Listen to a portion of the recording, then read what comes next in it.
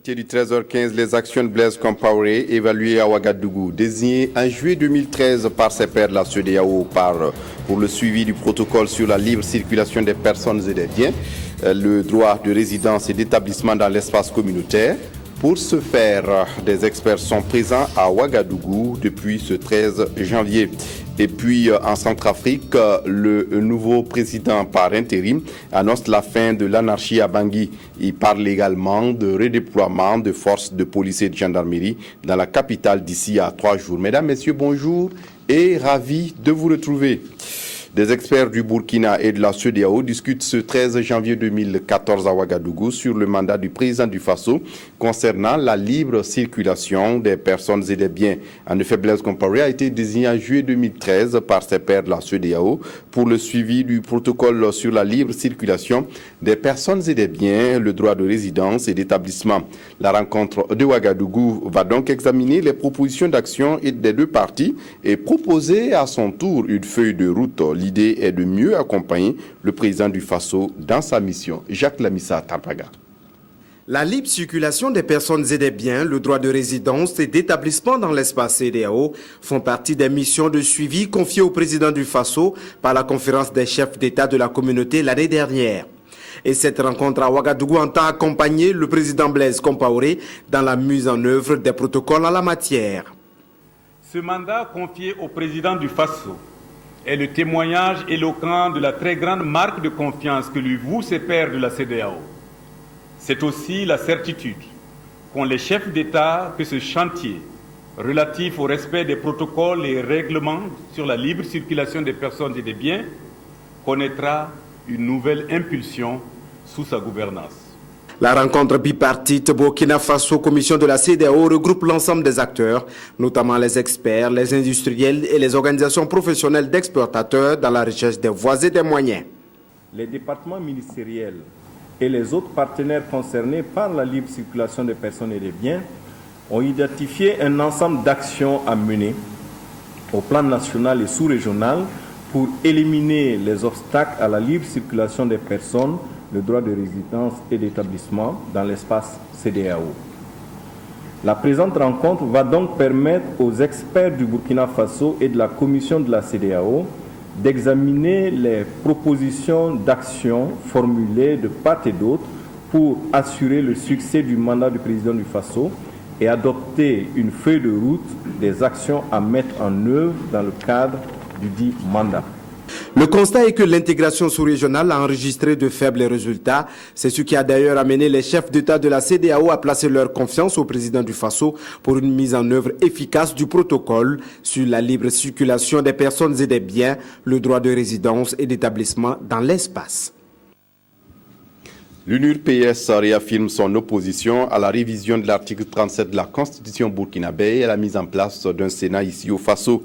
Le parti de l'EUF a précisé sa position devant les hommes de médias à Bobo Dioulasso le week-end dernier.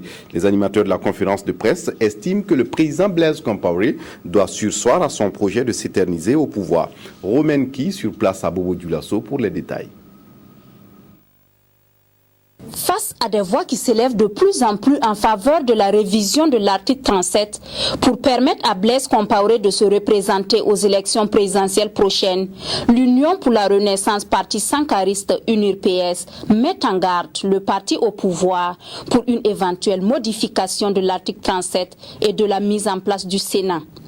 Pour Maître Beniwende Sankara, quand on prône la paix, on ne doit pas s'attaquer aux fondamentaux de la paix. Cette énième tentative de tripatouiller la Constitution rencontre une farouche résistance des masses populaires sous la conduite des partis politiques de l'opposition affiliés au chef de file de l'opposition politique. Notre parti, l'UNUR-PS, en tant que parti révolutionnaire et progressiste, est profondément impliqué dans le combat pour la démocratie et pour la liberté. Aux tripatouilleurs de la Constitution et aux antidémocrates, aux impérialistes et aux valets locaux, nous disons ceci. Le prix de la liberté est élevé. Les révolutionnaires l'ont toujours payé.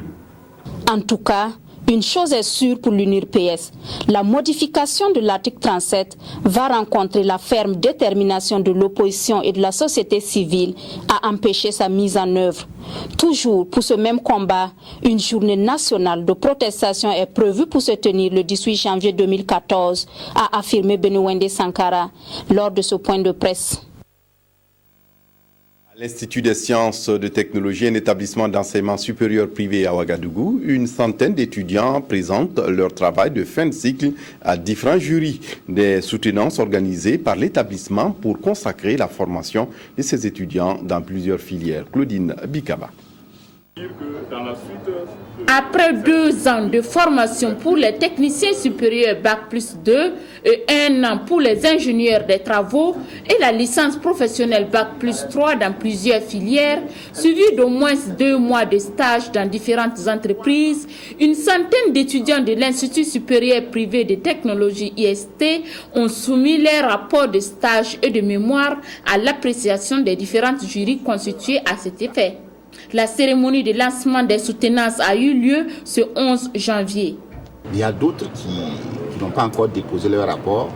Donc c'est à ces étudiants-là donc à venir déposer leur rapport pour faire comme leurs camarades. Mais c'est aussi une façon d'informer l'opinion publique que des étudiants vont soutenir, vont se retrouver sur le marché de l'emploi. Ce sont des étudiants dont nous avons suivi la formation, assuré et veillé à ce que leur employabilité soit améliorée. Donc, c'est une invitation donc aux entreprises à profiter donc de ces compétences pour développer leurs affaires. Nous sommes soumis au système du CAMES, donc ce qui fait que il y a cette connexion fait que nous sommes tenus justement d'avoir des documents de qualité. Blaise Abdoulaye Ouattara fait partie de ces étudiants qui ont défendu leurs travaux ce jour. Il dévoile le contenu de sa thèse. Moi, j'ai essayé de présenter ce système-là pour montrer un peu à la population que bon, ce n'est pas seulement en utilisant seulement un réseau Wi-Fi qu'on peut peut-être essayer de se protéger, mais plutôt à l'intérieur du serveur que je mets en place, on a un système ou un service qui me permet d'activer un certain nombre de protocoles. Et ces protocoles, c'est quoi? C'est-à-dire qu'on ne peut pas essayer de passer d'un service à un autre service sans une autorisation. Donc ça veut dire qu'on ne peut pas prendre des données d'un service à un autre service sans l'autorisation vraiment de l'administrateur. Créé en 2000, l'IST compte aujourd'hui plus de 600 étudiants et 4 de ces diplômes sont déjà reconnus par le CAMES. L'ambition de l'Institut, c'est de parvenir à la reconnaissance de 6 de ces diplômes en 2014. La Fondation Toarès vole au secours du lycée municipal Rimvougré. Les élèves filles de l'établissement en situation difficile viennent recevoir du soutien de la part de la Fondation. Une partie du lycée a été également équipée en table-banc. Sur la cérémonie qui consacre cette action sociale, les détails avec Yolande Lompo. La phase 2 du projet OASMC de l'ONG Toarès est en marche et à travers la présente cérémonie qui scelle son partenariat avec le lycée municipal Rimvougré, ce sont en tout plus de 8 millions de francs CFA répartis sous forme de dons de vivres, de lampes solaires, de vélos et de tenues scolaires qui feront le bonheur d'une centaine de filles, dont 21 orphelines et 79 en situation difficile, mais aussi de tous les élèves de cet établissement public grâce à l'octroi de 120 tables-bancs. Ça nous permettra de mettre nos élèves dans les conditions de travail. Avant l'arrivée de ces tables-bancs, nos salles de classe sont surchargées à 4 ou 5 fois par table-banc. Et c'est pourquoi nous avons construit de nouvelles classes qui seront équipées par ces 120 tables-bancs que nous venons de recevoir. Je suis très heureuse d'avoir reçu ces dons. Et nous, les filles orphelines et pauvres, nous ferons bon usage avec ces dons-là. Et nous leur promettons de bien travailler. En plus de ces multiples dons, ces filles bénéficieront gratuitement de la cantine scolaire et à partir de l'année prochaine, l'ONG Toarès prendra entièrement en charge leurs frais de scolarité jusqu'à la fin de leur cursus scolaire. Avec notre projet OASMC2, nous cherchons à donner des possibilités aux filles qui soient orphelines ou de familles démunies d'avancer dans leur éducation. Sans notre aide, il serait peut-être risqué qu'elles ne puissent pas poursuivre leurs éducations pour des raisons purement matérielles. Situé à Yamtenga, dans l'arrondissement numéro 11 de la ville de Ouagadougou, ce CEG créé en 1999 et érigé en lycée municipal en 2008 compte actuellement 14 salles de classe avec un effectif d'environ 1600 élèves. Jeunesse Unie pour le développement de Dédougou, dans le Moun, une association de bienfaisance fait des heureux parmi les personnes handicapées physiques, les filles mères et les orphelins de la ville de Dédougou. L'association vient de faire don de vivres et de matériel divers à ces personnes indigentes. Amadou Lougué. La prise en charge de 70 orphelins comme ceci n'est pas toujours facile. Et ce geste vient soulager les conditions de vie difficiles de ces enfants de l'orphelinat Sainte-Cécile de Dédougou.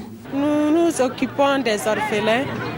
Ça fait que les vivres, c'est la bienvenue. L'association a aussi pensé aux filles mères de Dédougou. Parmi elles, Elisabeth Zerbo, aujourd'hui en 4e, elle est tombée enceinte à 14 ans. J'ai eu mon enfant à 15 ans. Je remercie l'association d'avoir pensé à nous. Les personnes handicapées ont également reçu des vivres et des nattes. Et c'est également grâce à la générosité de la JDM, la Jeunesse Unie pour le développement durable du Mouhoun. Je remercie vraiment l'association et tous ceux qui ont œuvré vraiment à la pensée aux personnes handicapées. Au total, 10 structures ont eu du maïs et des nattes de cette jeune association créée il y a 2 mois. Vous savez, quand on parle de développement durable, il ne peut se réaliser que quand il y a la cohésion sociale et la paix. Donc nous entendons inculquer des vertus de paix, de solidarité et de partage à nos membres. Ce qui nous a manqué jusqu'à présent, et c'est en cela que je parlais de l'échec de notre génération, c'est de n'avoir pas su transcender nos bords politiques pour parler du développement de la région. Nous nous sommes contentés d'attendre qu'on vienne développer à notre place, mais pendant que chacun est tenu de développer sa localité. Des actes comme ceci participent justement à relever le défi et que nous n'avons pas pu relever. C'est en tout 100 sacs de maïs et 80 nattes qui ont été distribuées par la JDM, la Jeunesse Unie pour le développement durable du Mouhoun. La DCI, la Jeune Chambre internationale Burkina Faso, a effectué sa rentrée solennelle nationale 2014 ce samedi 11 janvier 2014. Une nouvelle équipe dirigeante rentre en scène avec une présidente nationale, Bobson Coulibaly. Elle entend travailler à une profonde restructuration du mouvement afin de donner plus d'impact. Zalissa Sanfo, Evelyne Dabilé. Après cette prestation de serment, Bobson Coulibaly Tarnada a reçu son bâton de commandement pour tenir les rênes de la Jeune Chambre internationale Burkina Faso. Consacrée par ses pairs comme présidente lors de cette rentrée solennelle, elle sera accompagnée dans cette mission par un bureau de 15 membres. Et la nouvelle présidente place ce mandat sous le signe de la continuité. Les défis du mandat de la Jeune Chambre internationale Burkina Faso pour 2014, c'est le renforcement de l'image et une meilleure organisation de cette organisation-là. Nous parlons notamment d'avoir un impact positif sur nos communautés. Donc les défis vont tourner autour des activités communautaires. Nous allons avoir beaucoup d'activités en matière de citoyenneté, de sécurité routière. Nous allons essayer de marquer, de placer la Jeune Chambre internationale sur l'échiquier national. La rentrée solennelle de la Jeune Chambre internationale marque aussi le début de ses activités.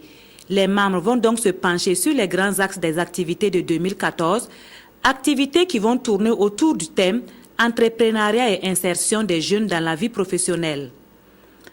La Jeune Chambre internationale est une organisation de jeunes qui a pour ambition d'offrir des opportunités de développement aux jeunes. Le ministère en charge de l'innovation technique veut faire la promotion de la culture du choussé ou pois sucré au Burkina Faso. Un projet vient d'être lancé à Bobo Dioulasso sur le développement de la filière. Ahadi Sandamba. Autrefois destiné à l'autoconsommation, le souché connu sous le nom de Kyogon est aujourd'hui un tubercule prisé pour sa teneur en huile. Il entre aussi dans la composition de nombreux produits alimentaires et cosmétiques. Sa culture participe ainsi à la lutte contre la pauvreté, d'où la valorisation de son exploitation via la transformation industrielle. C'est dans cette optique donc qu'a été mis en place le projet valorisation des souchés au Burkina Faso. Ce projet aujourd'hui répond à un souci du ministère de la Recherche scientifique et de l'innovation qui a initié en réalité une stratégie nationale de valorisation des technologies, des innovations et des inventions. Et l'un des éléments de cette stratégie consiste justement à la valorisation des produits locaux. Et parmi ces produits locaux, nous en avons identifié 6, dont le souchet. Réunis à Bobo Dioulasso, les différents acteurs de la filière se penchent sur l'apport du souchet à l'économie nationale. La disponibilité même des variétés performantes à haut rendement ne sont pas existantes. Les techniques culturelles même ne sont pas bien maîtrisées. Donc les producteurs seront peut-être formés pour améliorer toutes ces pratiques. Il en sera de même au niveau de la transformation. Donc, qu'est-ce qu'il faut faire? Il faut appuyer les transformateurs, les former, renforcer leurs capacités pour qu'ils puissent produire le lait de souchet qui puisse quand même se conserver et sans impact même sur la santé du consommateur. Au niveau, par exemple, de la commercialisation, comme c'est une filière qui est jeune, les acteurs sont peu organisés, donc on va les appuyer à mieux s'organiser. Pour cette phase pilote, le projet valorisation du souchet au Burkina Faso va durer 3 ans. Il est entièrement financé par l'État burkinabé qui entend ainsi promouvoir cette filière. Le souchet est cultivé principalement dans les régions des Cascades, des Hauts-Bassins et du Sud-Ouest. C'est ici que se referme cette édition. Merci de l'avoir suivi. Je vous retrouve demain pour la même édition. D'ici là, très bonne suite de programmes sur la RTB. Au revoir.